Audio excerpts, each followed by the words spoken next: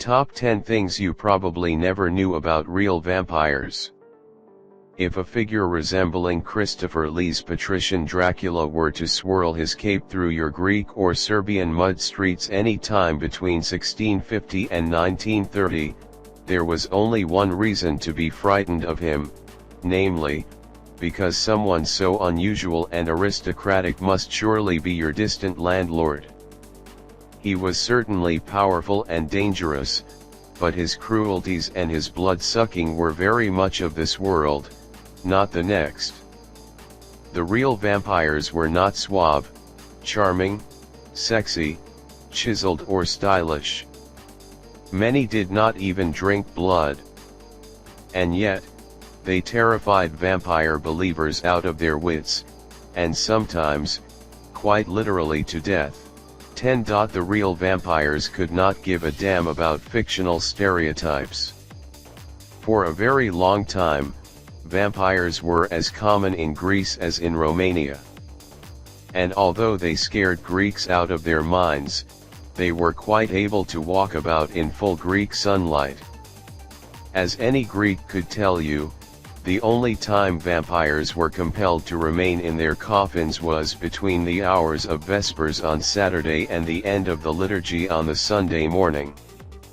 Typically, what matters in real vampire country is not a physical environment, but a sacred one. For similar reasons, a key cause of vampirism in Greece was excommunication. As for food, one Greek interviewed in the 20th century stated, "No, I never heard of a vampire drinking blood. They might eat your liver or other organs. They might feed on themselves in their graves, or on nearby corpses." In Germany, worshippers at Sunday service were supposed to have heard them smacking their lips as they munched away below. These beliefs could have had various origins.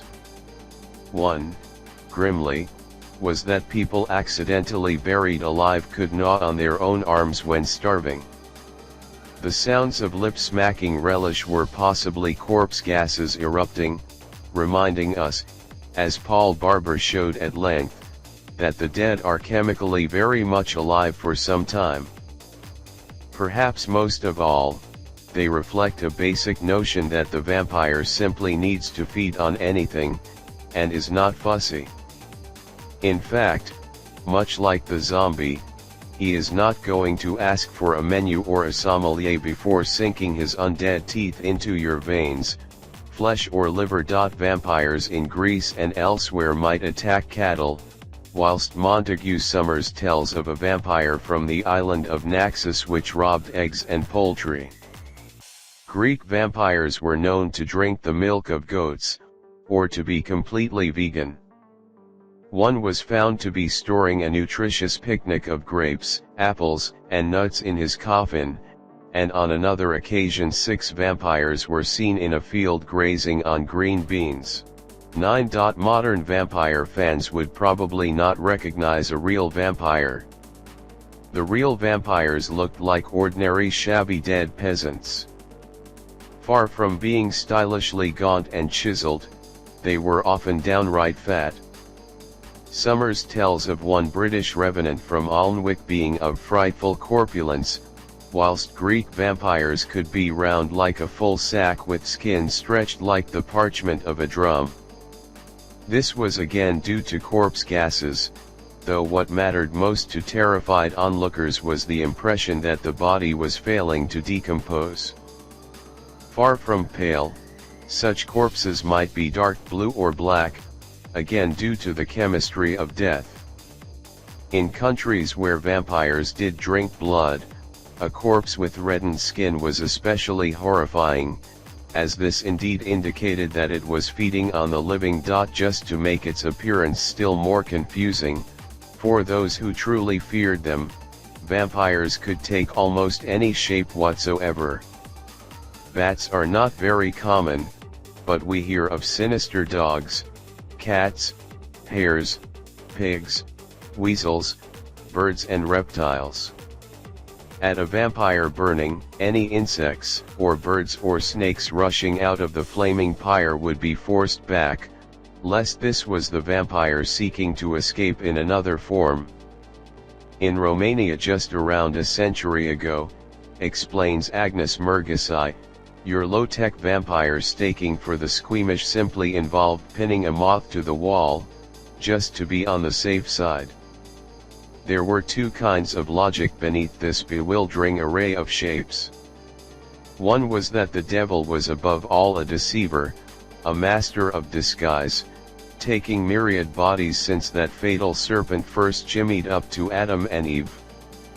The other was that, when you really believed in vampires, you didn't always need anything extraordinary to convince you. It was not so much a case of seeing is believing as believing is seeing.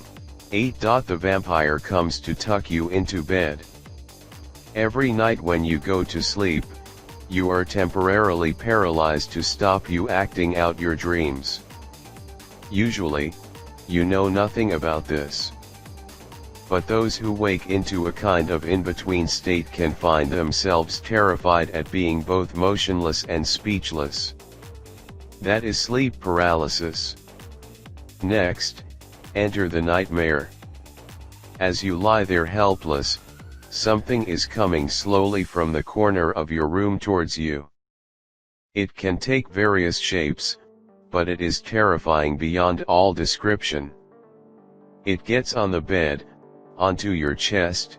A feeling of tremendous weight and suffocation may now overwhelm you, sometimes combined with the sense that this demon is sucking the life from you. Estimating that between 5 to 20% of people have experienced sleep paralysis and nightmare together, the scholar Owen Davies cites a soldier who fought for 13 consecutive months in frontline Korea. This man said of his single nightmare attack in 1964, "Never, before or since, have I experienced the fear of that night." To make this attack slightly less terrifying, the victim's brain imposes on the entity a familiar cultural stereotype. So it is that SP nightmares have yielded three demons across time and space: the witch, the vampire, and the alien abductor. In the most scientific and affluent countries in the world, SP victims have often been surprisingly bewildered, lonely, or misunderstood. Although this situation has changed since I began researching the topic 10 years ago, medical science has not banished the nightmare, and may indeed not yet have understood it. 7. The vampire scares people to death. In winter 1731-2, the village of Medgia on the Morava River was convulsed by an epic vampire panic, centered on the death of Arnold Bal 5 years before. Had you stumbled into Medgia at the right moment, you could have seen, and smelled, 11 decapitated corpses blazing into the winter sky. During these events, at least 2 people died of fear. A young woman named Stanaka lay down to sleep 15 days ago, fresh and healthy, but at midnight she started up out of her sleep with a terrible cry, fearful and trembling, and complained that she had been throttled by the son of a hayduk by the name of Milo, who had died 9 weeks earlier. She then experienced a great pain in the chest and became worse hour by hour, until finally she died on the 3rd day. Stanaka almost certainly died of voodoo death catalyzed by her SP nightmare. Across centuries and continents the same symptoms are recorded. A European witch, vampire, or ghost, or a tribal witch doctor triggers a terrifying assault of mind over matter. The victim shuts down, gives up all hope, and dies in 1 to 3 days. Shelley Adler found something broadly similar in the case of Hmong refugees in America, whose sudden mysterious deaths in the late 70s and 80s inspired Wes Craven to create Nightmare on Elm Street. Adler also showed how such a death could occur in the most modern clinical setting. In a Tennessee hospital in 1974, a man died some weeks after being diagnosed with cancer of the esophagus, only for an autopsy to show that his esophagus was perfectly healthy. Like all those victims of the supernatural, he had died of dark belief.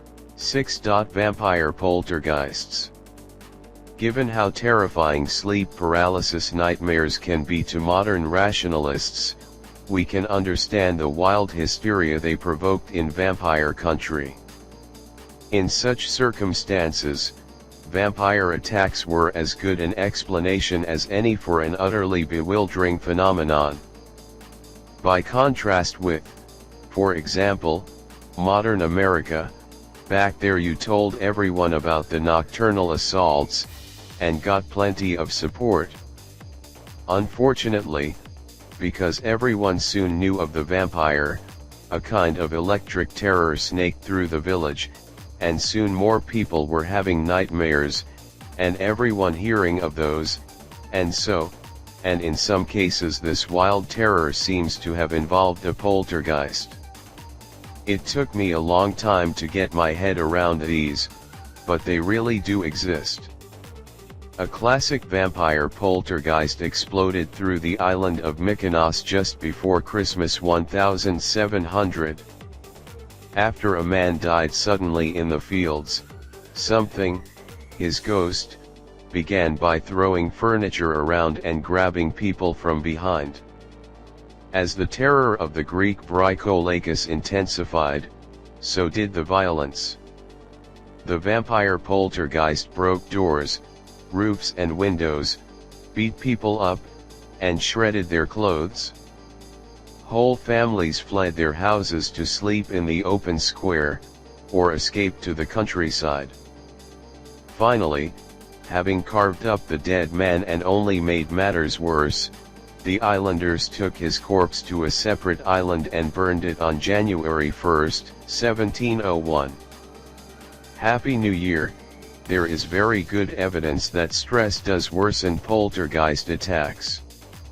In Mykonos and elsewhere, rituals of destruction may have calmed the stress and therefore stopped the nightmares or the poltergeist assaults. If so, we are forced to admit that such supposedly irrational behavior had a certain value to it. And if you are really being besieged by a poltergeist, it is probably more rational to admit it than to let your scientific side try to talk you out of it. 5. When the undead were simply not dead. The intensity of vampire terror is nowhere more grimly clear than in those cases where the supposedly dead had actually been buried alive. This was a serious risk throughout history, as we have seen in the case of those disinterred corpses found to have gnawed their own arms. The problem was worse in much of vampire country, because of the belief that you must bury a corpse while it was still warm. And if a dead person did suddenly rise up out of coma, matters got much nastier. On one Greek island around 1900, a comatose man slowly began to arise from his coffin before the entire funeral assembly. Well, the people there believed he was becoming a Draculax. In their fright they threw everything they could find at him, sticks, rocks, anything, and killed him. From dead to undead, to dead again in a very short space of time. But this was nothing to what could happen in Russia at the end of the 19th century. If you woke in your coffin in Russian vampire country, the best case scenario when you hammered on the lid was for the hysterical grave diggers to pile on the earth double speed and leave you there. But in a village called Sarovsky in 1890, a man actually got out and fled into a woman's house. Minutes later he had been seized by the horrified villagers, who had flung him down outside and hammered aspen stakes through his body. It was left there all day, until the ritual hour of sunset, when it was thrown into a bog. 4. Vampires are much older than you think. We have good reason to believe that revenants are as old as fear itself. Take, for example, the vampire skeleton found in Mikulovice, in the Czech Republic, in summer 2008. In a 4,000-year-old grave in East Bohemia, archaeologists discovered that the man's body had been weighed down with two large stones, one on the chest, and one on the head. Head and heart have been classic locations for the seat of the soul throughout history, and the soul was the chief culprit in most vampire panics. In other cases you simply did everything you could to stop the revenant getting out. In summer 2012, for example, Bulgarian archaeologists digging in the Black Sea town of Sozopol found two medieval skeletons pierced through the chest with iron rods. 7 Another technique was to simply turn a suspect corpse over. Then, if it tried to get out, it would dig itself further into the earth, not to the surface. Incredibly, this was known to happen in World War I. In July 1915 in France, an officer saw two British soldiers burying a German corpse face down. And in classic vampire country, preventative burial methods may well persist to this day. In a Romanian village called Marathi Nuta Sus, one Peter Toma died just before Christmas. Presently Toma's niece suffered nightmares and appeared seriously ill. She claimed that her uncle was visiting her at night and feeding from her heart, that he was a strigoi. Notice again the likely trigger of SP nightmare. Toma's corpse was dug up and inspected and verified as a strigoi. His heart was gouged out, spiked on a pitchfork and roasted, and charred fragments of it given to the sick girl to drink in water. She made a good recovery. All this happened in winter 2003-4, just before Stephanie Meyer signed her contract for Twilight. And yes, Marathi Nuta Sus is in Transylvania. 3. Surprising vampire solutions. The hope that an upside-down vampire could not wriggle itself over hints at another forgotten truth: the real vampires were not evil aristocratic masterminds with chilling plans for world dominance. Frankly, they were pretty dim. Mircea McDermott explains that in Bulgaria one could get rid of a vampire by approaching him with a warm loaf and inviting him to go to some distant place on the pretext of a fair or a wedding, and then abandoning him there. Alternatively, one could send him to get fish from the Danube, where he would fall in and be drowned. She and Paul Barber add that numerous seeds, including millet, mustard, and poppy, might be strewn along the path to the grave, as well as left in the grave itself. Perhaps suffering an early form of OCD, the vampire must count all these, and so is too busy to get to your bed and scare you to death. Count Dracula indeed. Anyone disappointed by these less than lurid methods might want to bear in mind that actually puncturing a bloated corpse with a stake is a difficult and messy business, whilst burning up to 11 of them may exhaust a village's fuel supplies in a hard winter. Still, if you are determined to burn a revenant, here is a low-tech Bulgarian solution. Your Bulgarian professional sorcerer would bottle the vampire. They used a holy icon and a bottle filled with the vampire's favorite food, excrement, obviously. They then pursued their quarry relentlessly, rather like some vampire hunting sheepdog, until it had nowhere left to turn and was forced into the bottle. Cork your bottle, throw it on the fire, and good night vampire. Assuming that this did actually happen, we must guess that the vampire was invisible, and that the sorcerer's main talent was a gift for high drama. Just a shame that vampire cinema had not reached deepest Bulgaria at this point. 2. You could inherit vampirism. We owe many vampire treasures to two British Army officers, St. Clair and Brophy, who stayed for some time in the Bulgarian village of Dracula in the 1860s. They tell of how, one year, their young local servant Theodore, as the son of a noted vampire, was doing penance during this present Lent by neither smoking, nor drinking wine or spirits, in order to expiate the sins of his father, in order to prevent himself inheriting the propensity. Interestingly, Theodore's father was a vampire poltergeist, and so may well have been a genuine restless ghost. Falling in love with a Miss Tucharitsa, Theodore found himself so suspect that he was forbidden by her parents to marry her. Some years later, Brophy and St. Clair gained an update on this saga. Brace yourselves here. Not very wisely, Theodore had switched his attentions to the girl's sister, Marinksa, and eloped with her. They also produced a child.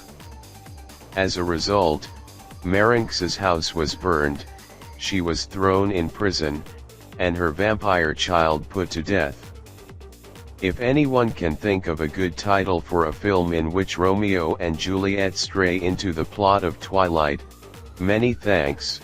1. The Vampires of New England. You may have seen recently that President Trump wishes to promote the teaching of more patriotic history in U.S. schools. Here are just a few of the things that could unearth about New England through the 19th century. Thanks to Michael E. Bell, author of Food for the Dead, we know that a special kind of vampirism existed here. At a time when consumption ravaged the Northeast, claiming the lives of perhaps 13 members in just one family, the vampire was identified as scapegoat. One person died of consumption, and others soon fell sick. And so the first dead person was exhumed and inspected. Any sign of life at all, which might just remnants of heart or lungs, indicated that this vampire was feeding on living relatives from the grave. Accordingly, heart or lungs might be burned, and the ashes given to the sick to drink in water. A particularly famous New England vampire was young Mercy Brown, who died in 1892. But for me, the most memorable piece of American vampire destruction occurred in Vermont around 1830. On the village green in Woodstock, a large crowd gathered to watch a heart being burned in an iron pot. It was presently buried in a colossal hole, 10 feet square and 15 feet deep, and pinned under a huge granite slab. Bullock's blood was then sprinkled on the earth. We can well imagine racist Americans retelling this pagan ceremony with glee if it had occurred in fabled voodoo country. In fact, the heart belonged to one of the Corwin family, at a time when Thomas Corwin was a U.S. Senator. And gathered there with several medical doctors at the burning were the Honorable Norman Williams, General Lyman Mower, and General Justice Durdick. Perhaps the film, Abraham Lincoln, Vampire Hunter has some grains of truth in it after all.